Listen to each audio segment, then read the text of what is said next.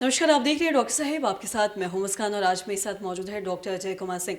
आपको बता दें कि बिहार के जाने माने न्यूरोलॉजिस्ट हैं और साथ ही साथ ये एक्स डीन एंड डायरेक्टर रह चुके हैं आईजीएमएस पटना में। सर नमस्कार, बहुत बहुत स्वागत है आपका। सर आपसे जानना चाहेंगे, हम कई बार ऐसा देखते हैं कि बहुत सारे लोगों को अगर सर में चोट लग जाए या ब्लड क्लॉट हो जाए तो या फिर किसी भी तरीके का सूजन हो जाए, स्वेलन हो जाए, तो मैं आपसे जानना चाहूँगी अगर ऐसा किसी के साथ होता है और कोई उसे अगर इग्नोर करते हैं इन सब चीज़ों को, अगर ब्लड क्लॉट हो जाए या सूजन हो जाए, तो ये क्या आगे जाके कोई बड़ी बीमारी का कारण बन सकता है? धन्यवाद मुस्कान। सर में चोट लगना यह अधिकांश मरीजों में कुछ नहीं कर सकता है, लेकिन कुछ मरीजों में यह खतरनाक साबित हो सकता है। मूलतः सर में चोट को हम दो कैटेगरीज में बांटते हैं।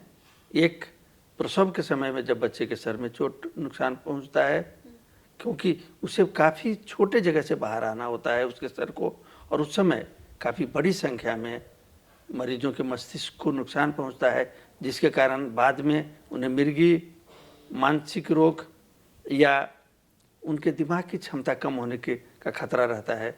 अतः आवश्यक है कि सारे प्रसव अस्पताल में कराए जाएं और डॉक्टर के निरीक्षण में कराए जाएं, जिससे कि उस समय उसके मस्तिष्क को नुकसान पहुंचने का खतरा कम रहे।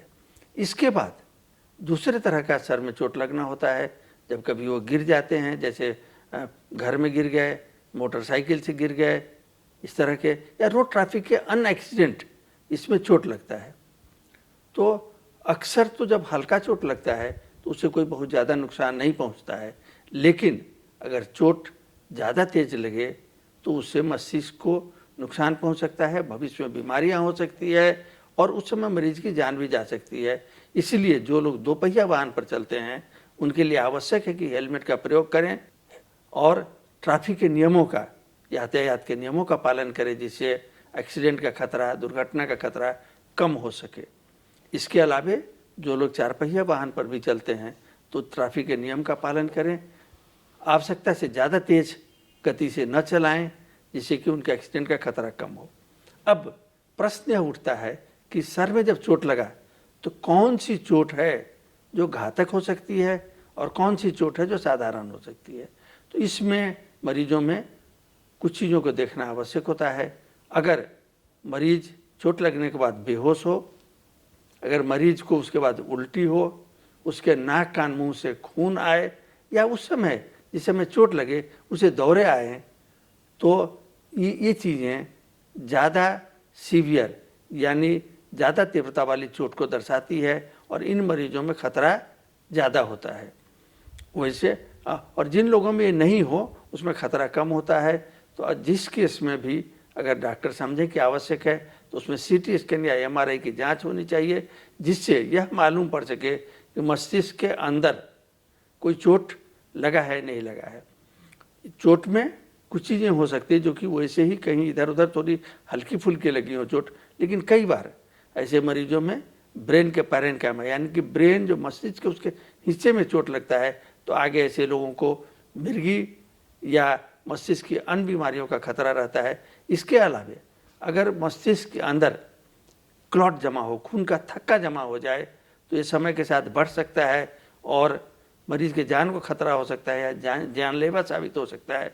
अतः कुछ छोटे थक्के जो होते हैं वो तो खुद ब खुद समय के साथ शरीर उन्हें समाप्त कर देता है, वो एब्जॉर्ब हो जाते हैं। लेकिन अगर बड़े थक्के हैं और बढ़ते जा रहे हैं, जिससे कि मिड लाइन शिफ्ट होते हैं, ब्रेन का एक हिस्सा दूसरे तरफ शिफ्ट हो रहा हो, या फिर उसमें जैसे पहले लक्षण की बात की हमने कि मरीज बेहोश हो, उन्हें मतली उल्टी आ रही हो, तो इन चीज़ों में फिर खतरा हो सकता है, तो ऑपरेशन की आवश्यकता पड़ सकती है।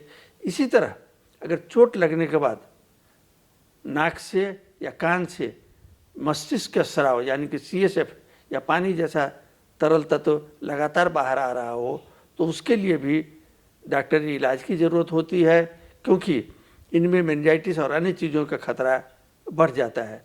अगर आपके सीटी स्कैन में बाहर से हवा भर गया है तो वह भी एक खतरे का लक्षण हो सकता है। यानी ब्रेन के अंदर अगर चोट लगने के बाद मरीज बेहोश हुआ है, मतलियाँ उल्टी हुई है, नाक कान मुंह से खून आया है, झटके आए हैं या सीटी एमआरआई में मस्तिष्क में काफ़ी ज़्यादा नुकसान के लक्षण हैं, ब्लड क्लॉट हैं, तो इसका विशेषज्ञ की इलाज से की मदद से इलाज होना चाहिए। धन्यवाद। जी सर, बहुत बहुत शुक्रिया तमाम जानकारी देने के लिए। तो आशा करते हैं दर्शकों कि आप भी समझ पाए होंगे कि अगर आपके सर में किसी तरीके का कोई ब्लड क्लॉट होता है या सूजन होता है, या जैसा कि और भी डॉक्टर साहब ने जो चीज़ें बताई हैं, अगर वैसा कोई लक्षण दिख रहा है या सिम्टम्स दिख रहे हैं, तो ऐसे में आप डॉक्टर से कंसल्ट ज़रूर करें, वरना वो किसी और बड़े बीमारी का भी रूप ले सकता है। लक्षणों को इग्नोर ना करें।